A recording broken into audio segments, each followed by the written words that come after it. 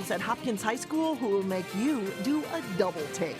Plus, the Northwest Metro's planned light rail line moves a big step closer to votes by local cities. But first, can the information on your smartphone be too secure? Why the Hennepin County Attorney says yes. 12 News starts right now. Hello and thanks for joining us. Law enforcement agencies are concerned new cell phone encryption is too tough to crack. They say it creates a barrier to law enforcement, but privacy advocates say increased cell phone security is a good thing. Reporter Shannon Slatton explains. Think for a minute about all of the information you have stored on your cell phone. You might have family photos, emails, even access to your bank account. We store so much information on cell phones today, and that data could be used as evidence to solve a crime. Cell phones are treasure chests full of evidence. Mark Lanterman is a computer forensics expert. He says law enforcement agencies used to be able to get a warrant, then send an iPhone that's been locked to Apple, which could then unlock it for forensic analysis. Essentially what Apple has done is they've thrown away their key. They've removed the back door that allows even Apple into your private data. Which is a move that has been praised by privacy advocates but criticized by law enforcement. It's going to have a major impact. Including Hennepin County Attorney Mike Freeman. Well, right now is we can't go to Apple or Google and try to get this information, even with a valid search warrant, because the encryption they put in makes it only available for the person with their password. Freeman has voiced his concern alongside agencies, including the FBI, saying there needs to be a back door into this information. The problem now is you get a search warrant, you still can't get in because it's encrypted. And Google and Apple said, well, we don't know how to do it, it's only the password. So that needs to be changed. But how do you change privacy settings to satisfy law enforcement but still protect the consumer? If the government is complaining about not being able to access this type of information, that may be a good thing for us as consumers and citizens, because it means that the hackers can't do it either. So what's the answer? It's a question that's often been debated in a post-9/11 world. How do you balance security with convenience and privacy? The answer may come from Congress, or it may be more education into finding that back door to information when you need it and have a search warrant to get it. It does come down to education, know-how, experience, and talent to continue to process these devices. But Apple, Apple's approach to encryption is not making that easy. Shannon Slatton, 12 News. Apple has responded to these questions by saying there's no way to make the information available to the government without it being vulnerable to others. The Northwest Metro's planned light rail project reached a major milestone this week. The Metropolitan Council formally approved the Blue Line Extension project. It now moves full speed ahead towards votes by cities along the route. Delane Cleveland joins us now with more on that. Delane? Mike and Alex, the Hennepin County Board and the City Councils of Minneapolis, Golden Valley, Robbinsdale, Crystal, and Brooklyn Park now all have to approve the line. Officials from the Metropolitan Council say it's an important next step. From a very practical standpoint, you really do need each city to approve it. The Met Council doesn't want to build a line in a city that is unhappy with elements of it. They want their approval. According to state law, the county and each of the 5 cities along the 13-mile light rail line all have to vote on the project's design components by March 4th. That includes tracks, bridges, and the light rail stations. One of the late additions to the project was a park and ride lot in Golden Valley and a rebuilt intersection at Theodore Wirth Parkway and Golden Valley Road. That puts the cost estimate at just under $1.5 billion. The Golden Valley City Council will have the next 3 months to focus on the design elements before taking a vote. There's still questions that members of the council and members of the community have in terms of noise mitigation, in terms of vibration issues, potential light pollution, public safety. I mean, those are all issues that have been getting addressed. We're still waiting to get some of that information back. The public will also have the opportunity to weigh in with their respective cities. And Mike and Alex, one date to keep in mind is January 19th. That's when the Met Council in Hennepin County will hold an open house and joint public hearing at the Minneapolis Central Library. All right. Delane, Cleveland, thanks so much. Yep.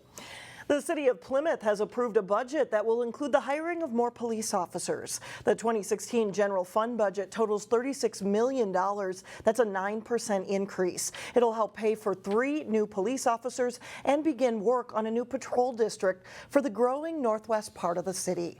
The budget also pays for a new park at 47th and Lawndale. For the median valued home of $327,000, the budget will result in a tax decrease of $2. The city of Plymouth has a new fire chief. Roger Kopka was sworn in this week. Plymouth Public Safety Director Mike Goldstein calls his hire a significant win for the city. Kopka previously worked for the Brooklyn Park and St. Louis Park fire departments. He also was a paramedic for North Memorial and HCMC. Kopka says he is humbled and honored by the opportunity. He also thanked his wife for allowing him to have what he says is the best job in the world. Well, they built the new homes for Twins baseball, Wild hockey, and Gopher football, and it's currently building the new Vikings football stadium. Next up, a venue for Major League Soccer. Golden Valley-based Mortenson Construction was picked to build a 20,000-seat stadium in St. Paul for the Minnesota United. The $120 million project will begin next spring. The Animal Humane Society in Golden Valley has dozens of rabbits surrendered from a home in Brainerd. We don't really typically see a large influx of rabbits all at once like this. Typically throughout our 5 centers we'll have maybe 20, and right now we have almost 40 on top of that. The rabbits plus 38 guinea pigs were living in deplorable conditions. The bunnies are now spayed and neutered, microchipped, and ready for adoption. Keep in mind, like any pet, each rabbit does have a different personality and requires a commitment for care. Your best bet is to come meet, interact with an individual bunny and see if it would be a good fit into your home. And there is, if you've never been a rabbit owner before, you want to do a little bit of research because they're small, but they do require quite a bit of care. Rabbits live between 8 to 12 years. They need daily exercise and attention outside of their cage, and their paws need to be filed. Coming up, 2 outstanding Hopkins students that will have you seeing double. And then later in sports, Maple Grove wrestling team has a shiny new practice space. We'll take you there. But first, no excitement in the weather department, just more mild temperatures on Friday. We'll be right back.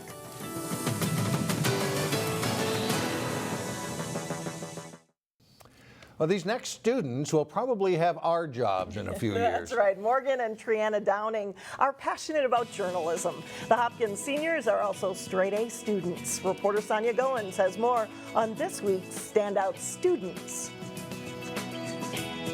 As far as our next issue, we can go bigger. In case you didn't notice, Morgan and Trianna Downing are identical twins. Morgan and I, we definitely have a really strong connection that I think a lot of twins don't have. I think that it's nice being a twin because we can push each other. The two have key roles on the Royals High School newspaper. We actually put out our 2nd issue today. So we covered the Senator Franken coming to visit HHS. Morgan is the news editor. So I mainly work with 5 or 6 students and they're under my staff, and I make sure that their stories are going in. I also work with the web editor, make sure that the stories are going up on time. Seriously, really happy with this. Trianna is managing editor. This is one of our things like last minute. While both students enjoy writing, they each have different areas of interest. Trianna likes French and history, and Morgan prefers science and math. Really like analytical thinking, and I love working out equations and trying to balance stuff with chemistry. I definitely enjoy history more than she does. The dynamic duo says while they are twins and often finish each other's sentences, I'm very introverted. She's very extroverted. She can start a conversation really easily walking into the room. I try to slowly guide myself into there. They are very different people. We definitely want to make sure that we stay individuals, but I will stress that we are twins, and that's really cool. Morgan and Trianna say they feed off each other. We help each other, we're each other's rocks. We make each other better. She'll see my grades, I'll tell her, I'm like, oh, I have a B+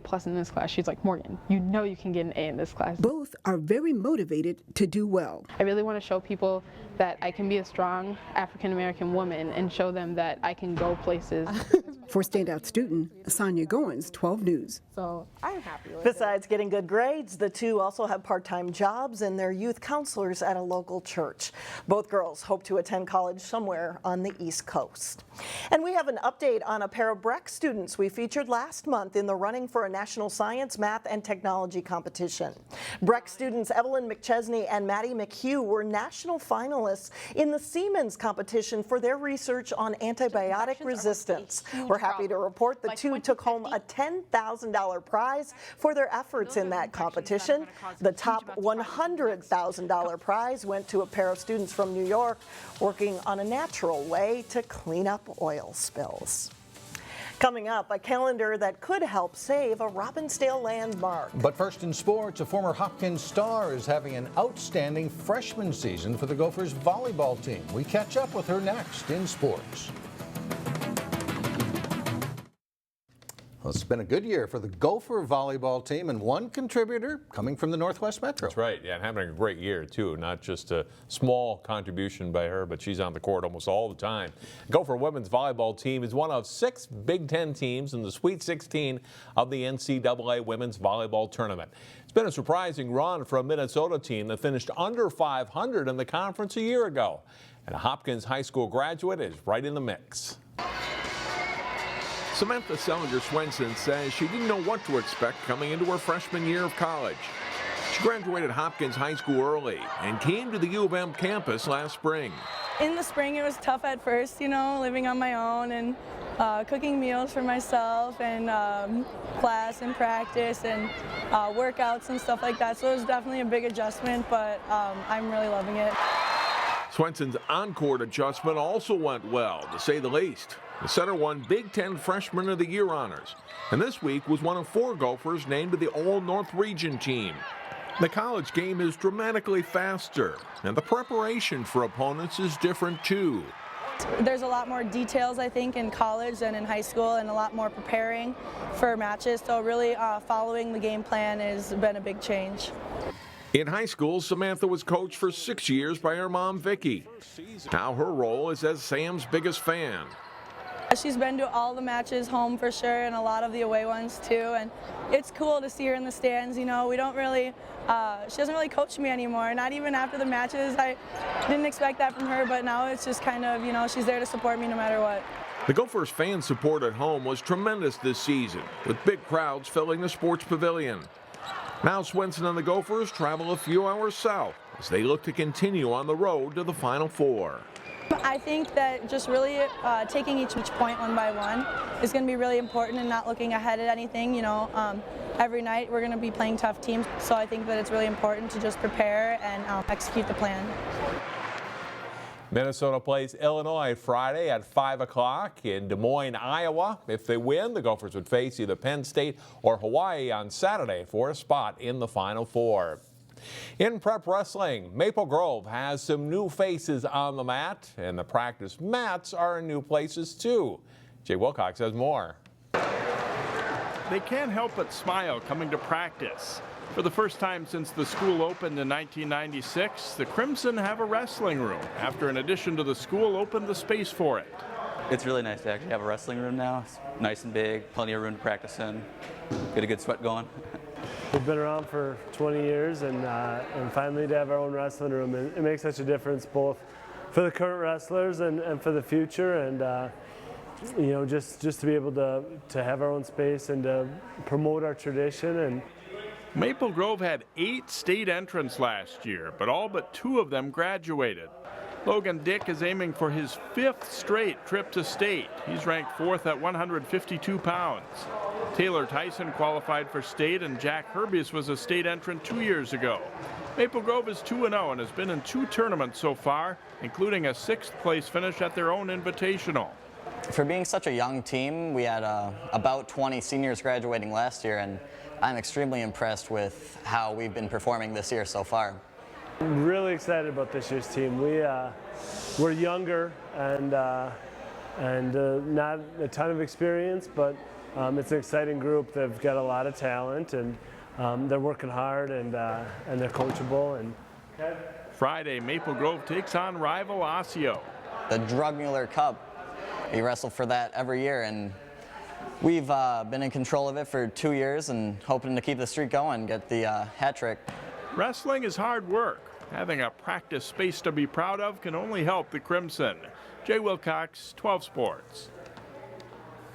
You can watch the Maple Grove Osseo match live on Channel 12 and our website, 12.tv, Friday night at 7.